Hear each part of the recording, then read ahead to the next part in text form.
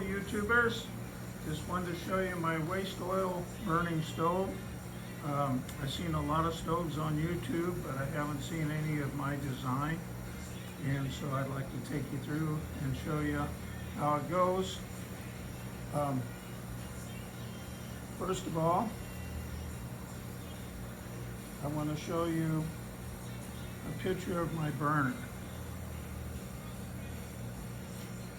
It's a cast iron pot, and then I put the fitting in there, and so I just wanted to show you how that works. It's cast iron, and then I'll take you over here and show you. And this is the fire. It's burning. And this, I'll explain how the stove works. This is a hot water tank. The hot water tank has a 3-inch pipe up the center. You'll notice I have a weld up here. I cut the pipe off and I capped it off at the top. And this is how the stove works. The smoke goes up to the top, then it has to come back down and out. I have a blower that blows on the burner. This is the blower. It's just a air mattress pump, and it inflates air mattresses. I got it hooked in the back room because it's a little bit noisy. And this is how I control it. It's just a dimmer switch. And then the shear controls how much air that's pulled in. Like I say, I have it on a 1-inch pipe in the back, running to a 1/2-inch pipe up here by the stove. And it pulls outside combustion air. And I control it by the knob, and I got a receptacle here that runs this electricity back to the fan. This is my tank. I got a 4-inch hole cut in the top and a dust cover on top. I pour the oil in and the shut off. Get a close up of this. This has a dirt leg on it, so if you have any contaminants in your oil, let it go to the dirt leg before it goes into your stove.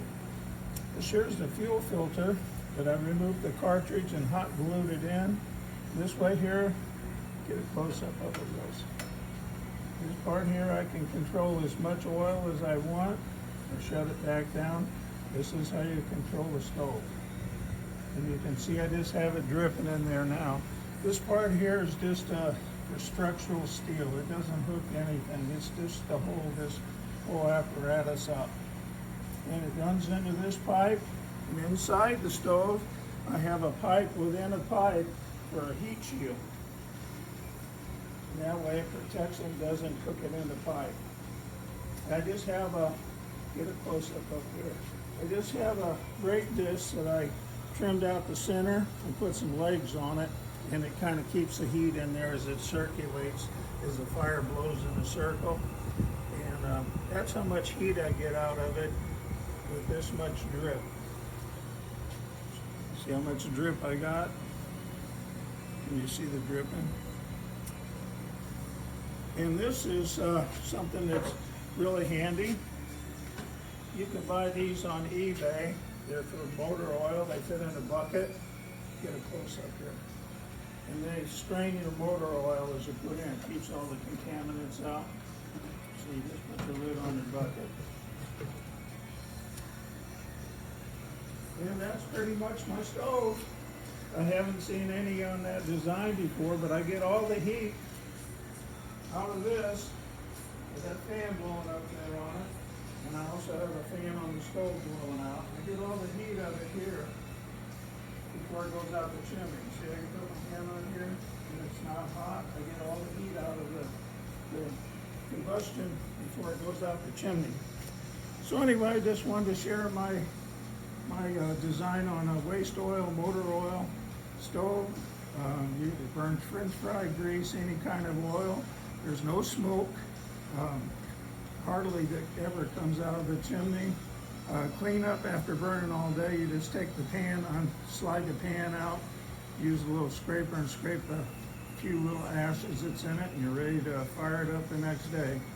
And you get waste motor oil pretty much anywhere. If you check around, people's always trying to get rid of it. So I just wanted to thank you and enjoy.